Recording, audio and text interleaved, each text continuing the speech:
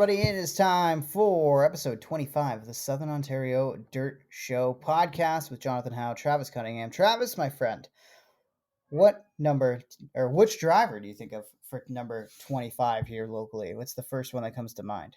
Honorary Canadian and one of my favorite drivers because I've seen him since his go-kart days, even though I'm an announcer and I'm not supposed to have favorites now, but I'm so used to being a fan first. He's one of my favorites, Eric Rudolph. Oh, of course. Got to take Eric Rudolph, right? For me, I'm going 25. First one that comes to mind is Chris Hawkins. Actually, 25 for Chris Hawkins. Smooth talking Chris Hawkins. I'm like, is there any other 25s that come to mind to me? Ken I'm Sargent. Sure I'm missing some. Ken Sargent, yes, that's a great one. I was like, I know there's one in the Hoosier stocks. Yeah, I can't think of. I thought of one more. I think Hawkins was the one you thought of. Yeah. Hawkins, and then Sargent. You claimed Rudolph. I don't think there's a 25 mini stock right now. I'm pretty sure Rudolph, I heard say once he picked that because it was his football number, because his dad was always 72, and I think I heard someone ask him once, and football answer, I'm about 90% sure was the answer. Nice. That's a good number. I always liked 25. It was a quality number for a race car, in my opinion. A bunch of quality race cars down at. We'll start. I guess we gotta start with the big news, right? Super Dirt Week. Yeah, it's always the way to go. It was the Matt Shepard Dirt Week this year. Matt Williamson had a good run too in second. Cody won the Sportsman and all that kind of stuff too. Like lots of good local cars as well. Lots of stories. But kind of the Matt Shepard show. All right, so I'm looking at the Billy Whitaker Cars 200 results, and like you say, Matt Shepard owned the week. He won it on Sunday. And was it Sunday night? I guess, right? They had their free. The rain messed me up, so I'm trying to figure out who was who when. Yeah, the big blocks was Sunday, small blocks Saturday night. Big block heats had to be run Saturday during the day because of rain Friday night. Typical Super Dirt Week where you got to pack one day. Wouldn't be Dirt Week without one of those packed days. Yeah, Matt Shepard, like he wasn't the fastest. He said both nights, like he had to come on later in the race. And I forget, I think Max was leading most of it on one of the nights. And then, yeah. Yeah, well, Matt had the track position too, right? Like that comes into play when he started on pole, right? Yeah, but Sunday played out a lot different than Saturday. It was like a lot more pit strategy and stuff, and the way they thought they were going to get away with tires, but then tires became an issue, so then it forced them all to do a second stop. Some cars pitted a little bit too late. Yeah. Mahaney was one of the ones that pitted too late. He was up there for a bit. And then, Shepard kind of rolled in and stole the show. Yep, Matty brings it home second. Highest finishing local. Stuart Friesen, not truly a local, but he ended up 8th, one of our Canadians and honorary Americans at this point. A guy you mentioned right off the hop, Eric Rudolph, ended up 13th.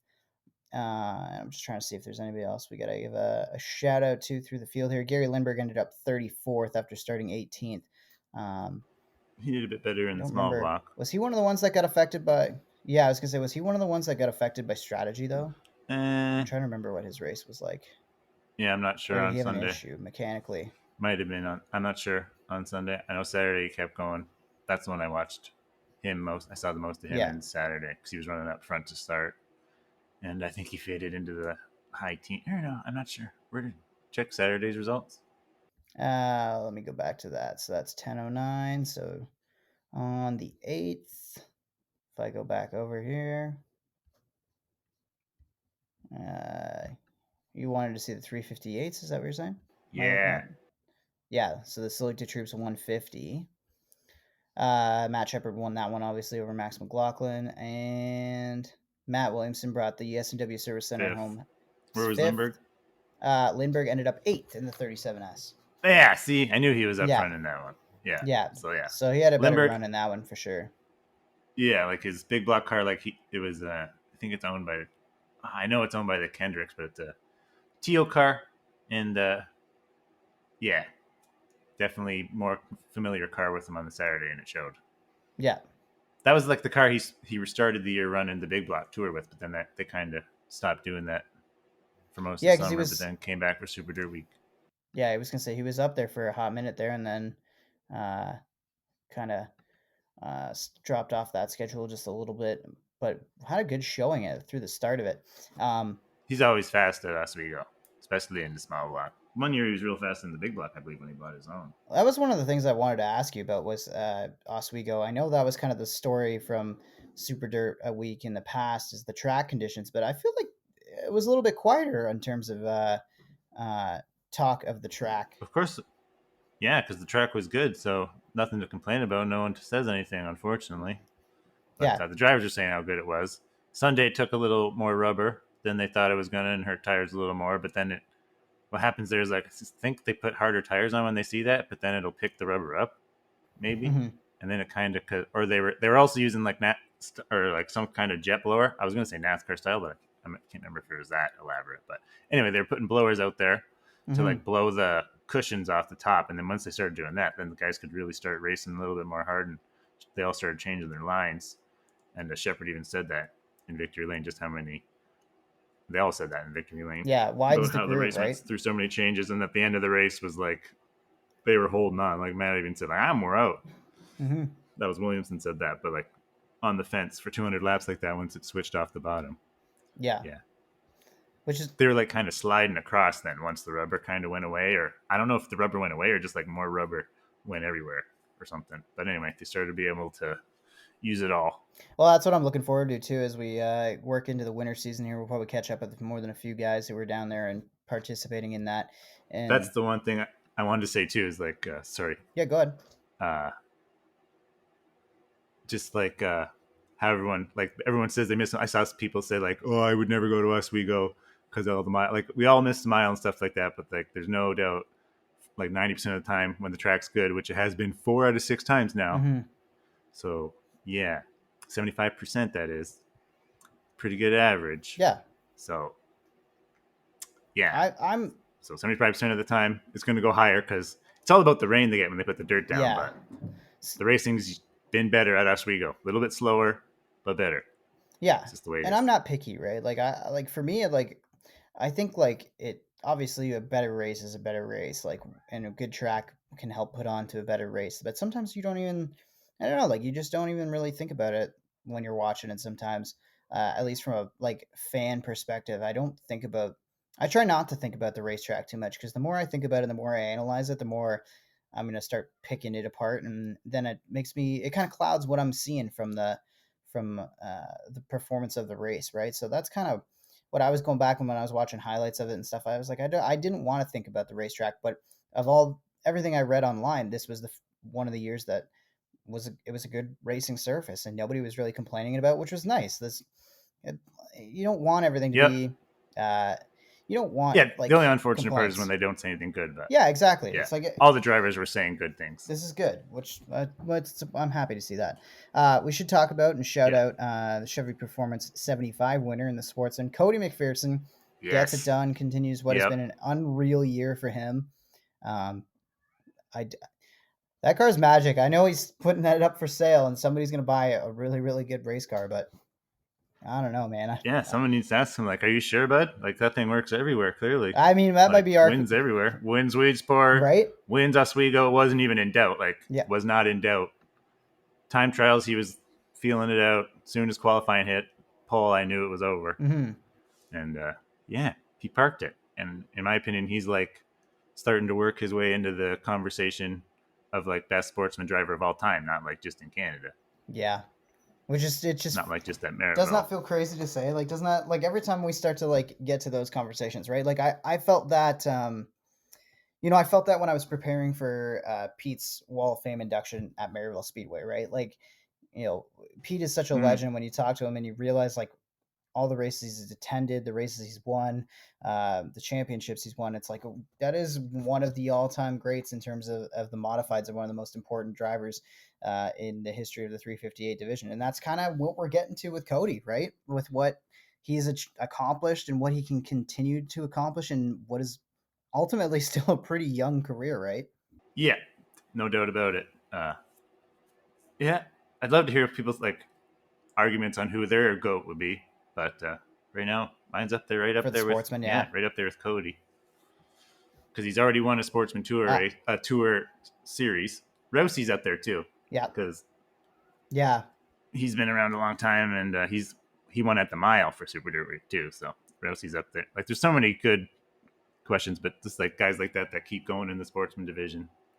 And yeah, best all time sportsman in the world. Who do you got? Hit us up. Yeah. Yeah. At SodsPod on Twitter, on Facebook, Instagram. I appreciated all your coverage and hard work, which you were putting up over the weekend. Lots of screen grabs and different posts on our social media. So if people haven't been checking that out, Travis did a great job with Yeah, I am not a tech covering guy, Super but Dirt Week on the socials. that's what I That tried to was do. good. Just a little bit. Sometimes it's more about quantity than quality when it comes to social media. Sometimes you just got to get Yeah, the just stuff out wanted to there. keep the locals informed that didn't know where they were going. Yeah. So we covered Cody. Wanted to shout out Jessica Power. Ended up 8th, and James Friesen 14th in the final field. Um, And our guest, Pretty Justin cool Sharp, stuff. 21st, I Yeah, believe. and Justin Sharp But his big deal was his run through the 22nd. heat. Yeah, Yes. but he went deep in Yeah. the heat after a rough qualifying, ran her up in the show. And that's why he's on Hmm. our show. Because I was like, hell Yeah. yeah, Sharpie. Yeah, we got to talk to him about what was a pretty special night for him. And I guess so. Now we had a Super Dirt Week, obviously, but north of the border, we had some action as well in the Canadian Super Dirt Weekend, Friday, Saturday, Sunday, up at Cornwall. Yeah, and I just thought of something we didn't cover before the show started. Because like this whole thing started on Thursday at Mohawk, and Glenn Stiers Right. finished third with his 358. And that's a hell of a run for Glenn. Nice. Glenn, if you ever listen, or if people, I know people Yeah. that work for Glenn listen, like, hey, Glenn, stick to the dirt next year, man. Like, you're starting to figure that stuff out again. So I'd love to see him just focus on the 360s and the 358s for a year. Because I think, because like, shows flashes of brilliance just like he's got in there. So if he Yeah. would stick to it and Exactly. focus Right. to that, like, I think he could bring it back. So, Yeah. and it was awesome to see him finish Why not? third Right.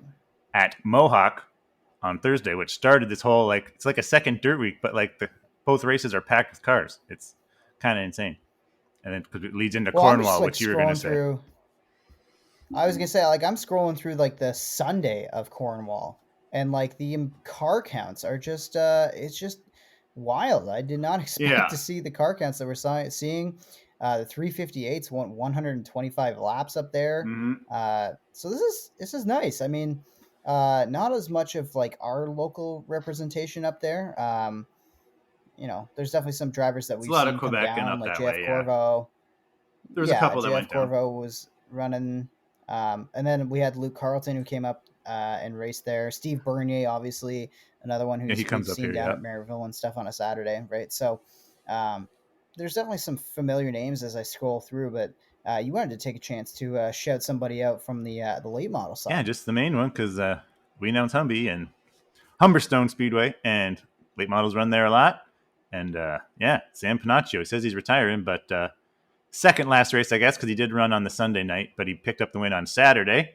So if he says he's retiring, he won the second last race of his career. And I forget what happened to him on Sunday, but I know he won Saturday. And shout out to him. It's because I was a local picking up the win down there. Yeah, I mean, doesn't that? I would have such a hard time if I was uh retiring and then I win like either like the second to last race out. I mean the last race I guess like it's the ultimate like walk off, so like that's fine. But like the second to last race, it's like why am I giving this up? Why am I giving this up? Yeah. Yeah. Because I Yeah. don't think like Humberstone's not going to run them at all. Like because like I thought like always the tour races did good, and then they bring 18 because then the late models put on a Hmm. great race when there's a full field and people love to watch them. But Yeah. when there's not enough, Well, I like mean what like can you do? even the show we had from the late models at Humberstone the last time they were out, I think they ran green to checkered or maybe there was one Yeah. caution, right? And Yep. that was a fantastic race. So for So me, it's not like I don't think they're not going to run them at I all. think It's just there's gonna. No, I think there's a lot of potential for the class, and I So think yeah. I'm optimistic about its future for sure. So yeah, Sam, don't retire and run the tour and win more races, or retire if you want. But Or give somebody a race winning car and coach them into being a winner in the late models as well, going forward. something. Yeah, something. Just keep the late models Yeah. alive. I'm starting to really like them, so the more and more I watch them. Um, so yeah, things are kind of slowing down in the dirt world, but like you said a little earlier on, we wanted to have Justin Sharp on, so we're gonna jump on with him here and talk about what was a pretty I don't want to say, I think miraculous might be a bit dramatic for Sharp's ability, but one heck of a run to come up through the qualifying ranks to get into the big show in the Sportsman for the Super Dirt Week show. Yeah, no doubt. I can't wait to hear his version of it. Cause yeah, I had to pass 9 cars on the track that was kind of maybe a little bit one laner that night. So Sharpie had to be on the gas to get her Yeah, done. And another reason why he's coming down is because he was fast all year, banging the cush, but he never did quite pick up the win. But then last weekend at Humberstone on the Friday, he did pick up the win. So yeah, there's another reason why, because we said yeah, he was one of our guys that we kept saying, "Oh, he's going to win one soon. Oh, he's going to win one soon." And then it kind of, I thought, I was like, yeah. "Oh man, he's never going to come," and then finally did there on the last night. So here he comes, Justin Sharp. Finally got it done. Yep. Hey, do you like what you're hearing? Want to support the Southern Ontario Dirt Show and help us expand our coverage across the province and Western New York? Well, your ad could be playing right here. Got a brand or business that deserves more attention? Email us, southernontariodirtshow@gmail.com to become a sponsor of the podcast. And now, let's get back to the show. And joined now on the Southern Ontario Dirt Show by the man who pilots normally the number 8 Blue Moon Potatoes ride around these parts, Justin Sharp. How's it going, Justin? Good. How about yourselves? Good, man. It's good. Good to catch up. And you've been on the list. We wanted to get you on for a while, but we have to. Travis, I'm going to blame Travis for this. Travis started this rule that we can't really have anybody on the show until they win a feature race. So we had to wait until you got your win over at Humberstone, I guess, to have you on the show. Jeez, I must have been waiting a while now. It's been a couple years. That's all right. I mean, you got it done on the second to last Yeah. night locally around these parts, and so talk to us about just that weekend and getting the win over at Humberstone. Yeah, it was good. We put everything we had into it, and was really itching for a win. We had I think 7 seconds this year, and just kept giving it up late or not getting there. And we got such strong competition around here, and if you can't give an inch with these guys around here, so I got a good restart on the first lap. Went from 8th to 3rd, and then got a timely restart there, and I took advantage of it going into 1. And the rest is it. There, car was amazing that night. Yeah. Like, it was good. I loved seeing you pick up the win because, like I said, we talked about you a lot, even though you didn't win on the show so far this year, just because you're banging the cushion style. And there was a lot of nights, like you say, you were like leading right until the end. And I think Cody sniped you once. And just talk about those nights where you were leading right till the end, and then what it's like just to lose it right at that end there, which kind of sucks, but still second. Yeah, it's still second at the end of the day. It's just disappointing for about 5 minutes after the race, but then you look back and realize you beat a bunch of other good drivers. And the one I gave away at the start of the year, I believe me and Brad were on the front row, and I just went to take my top lane away and didn't account for Cody in 3rd. And he got a better run on me into 3, and that was it. Took my top lane away, and I rode around in 2nd. You mentioned that top lane. That's kind of been your signature, definitely this season for sure. You've had every time I look up the racetrack and I'm calling a race, it's you or James Friesen who is absolutely pushing the width of the racetrack and taking that high line. So, just talk to us about that driving style and what you like about running the higher side of most of these racetracks. I actually think it hurts us a little bit at the start of the race because if somebody misses the bottom, they're getting pushed up and they're coming up, and we really have nowhere to go. And that's where Cody's really good because he never leaves the rail at the start, and all of a sudden you look up and he's 3rd, and you're still trying to battle the guys that he's either moved or have moved out of the way for him. And but no, I think it goes back to me and James ran Ransomville for 10 years straight, and you had to run the top there, and you had to be good on the top to run it, and it's just fun. I get in trouble when I come in the pits, and they're like, why are you out there? And it's just, sometimes you got to go where they're not and try it. Selling t-shirts. It's funny that you said that about Ransomville because that's literally what I was thinking you were going to say about it. And yeah, just especially how it was back in the day when Jamie was prepping it, stuff like that. Yeah. Yeah, it's not really. I went over there a few times now, and since they changed the track layout, it's not as fun. It used to be fun going up there and back in your back crash bar into the wall and get some excitement going, but now it's more of a bottom race track, and it's just not as much fun as it used to be. Yeah. Yeah, I knew that's where you learned your high side stuff, though, but yeah. Yeah, fair enough. And then you had a pretty good run the last couple nights. Talk to us about your experience driving the 3N down at Super Dirt Week and making the show, because I know you had to earn it to get into that one. Yeah, we ran the car a couple times this year. I went to Canandaigua with them. We qualified for that show. And then I ran it at Ransomville. And unfortunately, we qualified in the heat and I drew the pole. But unfortunately, I was camping the next day my daughters, so I couldn't make it back the next day. Oh yeah. So that kind of sucked, but priorities come first. And then Noah asked me if I wanted to go down to Dirt Week, and we first were just going to go Tuesday and Wednesday, but he was all ready to go. He wanted to do Oswego too, so eventually talked me into it.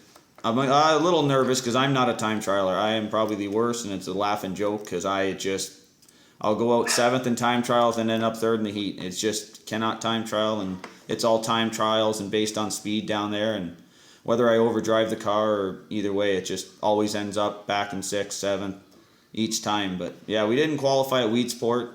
It locked down on the bottom, bad time trial, and then I had a better one at Brewerton, then we won the Consi, and then went from 22nd to 11th or 12th, I believe, which was a good run. And then we backed it up, and we made it in the show at Oswego with another poor time trial effort, of course, and started 14th in the heat, and got a couple timely restarts, and I hit them, and came out in 5th. So we got to put the car in the show, which is a feat in itself over 96 cars. Yeah, you were like one of the only guys passing for real. Like you're definitely one of the hard chargers in that race for sure, right? Yeah, it's a different track. I've never ran. I only ran the mile once for Ron McCauley, so I never done it in my car. And then that was a learning experience for me. That was a long 75 laps and learning how to drive the car and the track itself. So it's so rushed down there, you can't run up to the stands and see what kind of line Cody's running or Janzik or Sabaka. It's just kind of, okay, we're going back out there and try to make a lap again. Yeah, I was definitely pumped for you that you got to do that on like someone else's dime. I don't really want to say that, but like I've seen there for so long, you helping out other guys and stuff, and you're always at Dirt Week, especially back in the mile days, and to see you get to run all the nights like that was definitely cool. Yeah, it was cool. I really appreciate the Noah letting me run his car. We've worked together over the year. I've helped him out with setup wise, and he's helped me, and just decided to do a couple shows together because he's never been to Brewerton, Weedsport, Oswego, Super Dirt Week, anything. So that was just an experience for him in itself. Yeah, see, that's cool. So eventually he'll be running it too. So you're kind of the guy to feel it out, and I kind of like that. Yeah, I think he'll be into it next year probably. And now that he's seen these tracks, he would have done well at Brewerton, I think. Yeah. But the other two tracks are really different compared to what we run in. Yeah. So then next year you might have to bring the 8S. Yeah, possibly. It's in the works. Yeah. Especially now after he ran good. Yeah, that's awesome. I wanted to ask, like, Noah is one of those drivers that's kind of been working through the sportsman ranks, and there was, I think, a lot of improvement out of the 3N and out of Noah this year, from just even being able to manage a race, particularly Saturday nights at Maryville. I know I think he won a couple of the novice features, and he's been doing pretty well in the novice class, I think, over at Ransomville. But just talk to me about some of the newcomers that you've seen locally here in the sportsman, because it seems like not only do we have this elite class of sportsman drivers like yourself, Brad Rouse, and Cody, but now you've got to deal with the likes of Nelson Mason. You got to deal with the likes of Noah Mamo, who are developing. So just talk to us about that sportsman class and how the gap is kind of narrowing between the elite drivers and the rest of the field. Yeah, with these new cars, it's definitely narrowed the field. It's you just go buy the setup down at Randy's, and then the car's ready to go at the track. And I feel it's really helped the newcomers along quicker than it used to. Travis has ran these things before, and you try to hit a torsion bar car on the rail for 35 laps, it's a tough deal. Now you want to miss the rail by a lap, and you start catching sideways that way. And it's weird. I'll catch myself mid-feature trying to hit the rail underneath somebody, and he's hitting the middle on purpose and just driving off me going down the straightaway. But yeah, it's a tough field now. If you don't qualify in the heat races, you're behind the 8 ball, let alone you're starting behind James and Cody. Now you're starting back farther of guys you only got 25 laps to catch. Like Curtis knocked one out this year. Terry Smith is close to knocking one out. Adam Leslie, like Jay Mallory, Rob Knapp, they're always fast. And like you give them a head start on you, now you got to beat them. So it's really tough, but I think the closeness of the cars and this left side coil thing has really brought us really tight together. Yeah, I feel that in like the sprint car too. Like just a lot of people are good at rolling the middle, and they do it like you say on purpose now. Whereas I'm still stuck in old school mentality, and I struggle with that. So yeah, it's definitely the way it goes. Yeah, I think, and I actually said that at the start of the year. Nelson's going to catch on quicker because he's ran professionally before, but he doesn't have no bad habits of running what we used to run. Mm-hmm. So he's just coming out, and this is the only race car he knows. Yeah, and he did well. I think he had 4 wins, if not 5. He was running really well, especially when he set quick time at Bruton out of everybody. He'd never even been there before. Yeah, and then won his heat. Yeah, he's definitely rolling down there too. But yeah, even I saw a thing with Vic Coffey. He ran that whatever race. What was it, Past Champions or something? But he talked about torsion versus coil and how back in the day, like you would just get off the gas if you're going to hit the rail and roll around there and kind of pick it up. But nowadays you got to keep it like jacked up, almost like a late model on the right front with the spoiler up, and not get off the gas, or it'll be all jacked out of place and stuff. So it's totally. And the sprinklers like that, and late models like that too. Now you got to drive them kind of like on the gas now. Yeah, which makes it hard for us if we have a hammer down tracks one time, because that just adds to carnage, which was somehow it ended up in August. It was just the tracks ended up maybe with more moisture at night or something, but tracks were crazy fast, and which led to a lot of damage at the end of the year. Yes, that can happen too. That's unfortunate. So just for some of the folks that may not know or may not have heard your story going up, how did you get into racing? How did you get your start in racing? And just take us back to the beginning of your career.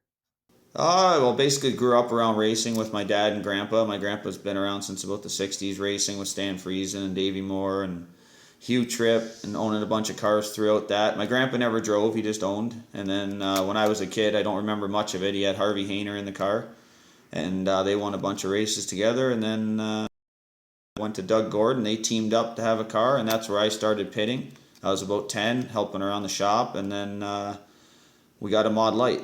And it actually, my dad won some money at Casino Rama walking out the door, so he went and bought a Mod Light, and we ran that for 4 years.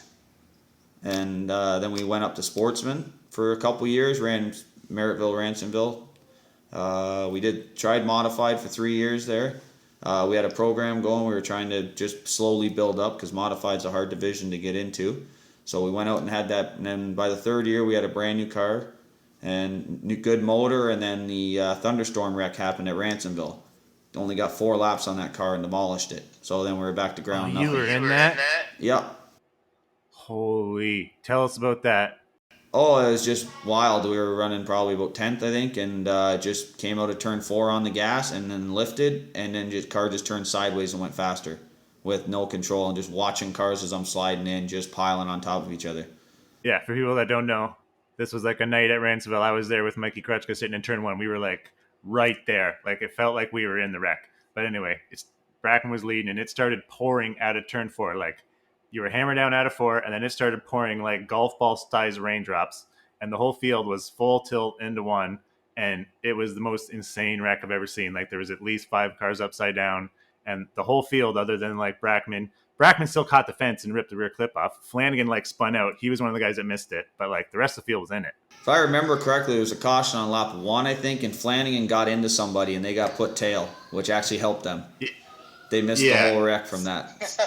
Yeah, something like that. Yeah, it was wild. Yeah, it just ruins. Yeah, it kind of took it down. We got one modified win at Humberstone in 2010. There, my second year. We were getting close. I thought it was going to be a better. Thought it was going to be a better 2011, and then it just came to a crashing halt on opening night. Man, I didn't realize that ended your modified career. Yeah, well, we struggled through that year borrowing stuff, and it just didn't end up, and it was just too much money for what we do, so we went back to Sportsman. Yeah, I was thinking, like, how many Sportsman wins you got? Like, you've got to at least be getting over, like, you got to be in double digits. Oh, yeah, I got probably around 15 to 18, I think. That's what I was thinking. Yeah, with Ransomville, we were getting 3 or 4 a year, combined with Merrittville or that, and somewhere around there. Yep. Not as many as Cody knocked down in 1 year, but we're we got a couple. Yeah, still almost a 20. Yeah, you should do some research and figure that out. Because hell, 25 is a good number, even if Cody wins that in a year. I think he's at 39 now. If you think it's car, Yeah. I was gonna say, if you think it's the car, you can buy Cody's car and take it apart and piece by piece and figure out if that's the secret or if it's the driver, or it's the magic combination of both, right? Yeah, it could be a good car, or it's just we talk a lot actually, Cody and myself at the track, and usually walk the track together, and pretty open about stuff. Obviously not about everything, but pretty open about what's going on with the thing, and I think he's just got it nailed, and he's nailed how to drive these cars. So I have an older frame, so we're updated that for this year. It's just getting powder coated now. We're going to put a car together and see how we can do next year. Awesome. Sweet. Anything else, Travis, before I go? All right. Yeah, I was just going to give him like, because you've been around so many cool stories. Like you say, your dad and your grandpa owned cars. Just give us a couple cool stories that maybe, whatever it could be, hanging out with Stu, hanging out with Flash, anything. Oh, I don't know. It's just, you don't know where to I go. know. I should have prepped you for this. Yeah, I don't know. Just there's a whole bunch of stories, and I hang around a lot of good guys from back to Flash. Really gave me my start, like getting into the cars and teaching me everything. To finding out I had to do all his autographs in his trailer for him because he didn't want to, so he just handed the cards out after, that kind of stuff, and just all the behind the scenes stuff. It's that's where I got my feet wet with him for sure, and we always talk during the week and that kind of stuff, and we're still really close. Yeah, for stories, I don't know. We did Any Super Dirt Week stuff that sticks out, like hanging out at the mile? no, like we're pretty close Anything. with Stewart. Like I'm close with James Michael, so we're close with Stewart. We were there for all his wins. One of my fun stories, I guess, we went and run Brighton. Me and James Michael, we finished 1-2, and then we loaded up in the same trailer and went to Orange County for, I believe it was Eastern States or it was just a tour race, and I ended up flipping down the back straightaway. It was just a bad trip, but it was an experience anyways. That was a way to end the year. But what a place that was to go there and end up, I think it was Maddie that went underneath me while I was stuck straight up in the air going down the back straightaway. But we've been around and got to go to a bunch of cool tracks and love hitting all of them as much as you can. But yeah. Yeah, that flipping Orange County story's got it for me. Yeah, I've only done it twice, so that's hella good. yeah, only done it twice, so hopefully I don't got to do it again. Yeah. Yep. It was good. It was good trips. We used to be able to go to Rolling Wheels and such, but that place is gone. Yeah, sweet. That's awesome. So we'll get you out of here on this one then, Justin. I'm going to give you one car, one racetrack anywhere in the world. Hypothetically, what's the combination that you're picking? Yeah, to drive. Just to race one last time, either your final race of your career or just a race for the rest of your life. I think something at Eldora would be pretty cool. Anything, whether it's a late model or a sprint car, that'd be pretty cool. I don't think our cars would be terrible there. It's too big, but like something fast there, something at Eldora. What about a big block car, like a short track Super Series style late model motor modified? That'd be pretty sweet at Eldora. Yeah, I was there for the modifieds when Stewart won his truck race. We went for that, and they were way faster than the trucks. The trucks looked like street stocks out there. Their speed. It was kind of really. It was kind of a really boring race, other than Stewart led the whole thing. Yeah. But it'd be fun. That I think that'd be on the bucket list if they ever did have a random sportsman race there. We'd make sure we hit it. Really cool place. Cool. For sure. I like it. Awesome. Well, thanks for taking the time, Justin. We appreciate you coming on the show. Not sure, is the helmet hung up for the rest of the season? You got any more racing planned, or are you going to just enjoy some family time last season? Yeah, no, it's shutdown time. The car's parked in the garage. We're starting hockey soon and get caught up on everything around here. Yep. Smart decision. Awesome. Well, enjoy it, and we look forward to seeing the new car out next year. All right. Thank you very much. Thanks, Justin. Awesome. Thanks, Justin. Take care. Hey, bye. And the checkered is out on another episode of the Southern Ontario Dirt Show. Be sure to rate, review, and subscribe for future episodes. Connect with us on Facebook, Twitter, Instagram, and TikTok at Southern Ontario Dirt Show. Have a question for the show? Email us, southernontariodirtshow@gmail.com. Thanks for supporting local racing in Southern Ontario, and we'll see you at the track.